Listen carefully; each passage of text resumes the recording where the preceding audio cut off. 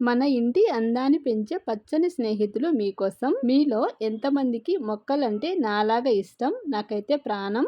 మన ఇంట్లో చెట్లు ఉంటే చాలా ప్రశాంతంగా అనిపిస్తుంది. ఈ మొక్కలు వచ్చేసి నేను బ్రీతింగ్ గార్డెన్ నుంచి తీసుకున్నాను. ఈ మొక్కలు మన ఇంటికి వచ్చి 2-3 డేస్ అయింది. అయినా కూడా చాలా పచ్చగా కనిపిస్తున్నాయి. వీళ్ళు ప్యాకింగ్ చాలా సేఫ్ అండ్ సెక్యూర్ గా పంపించారు.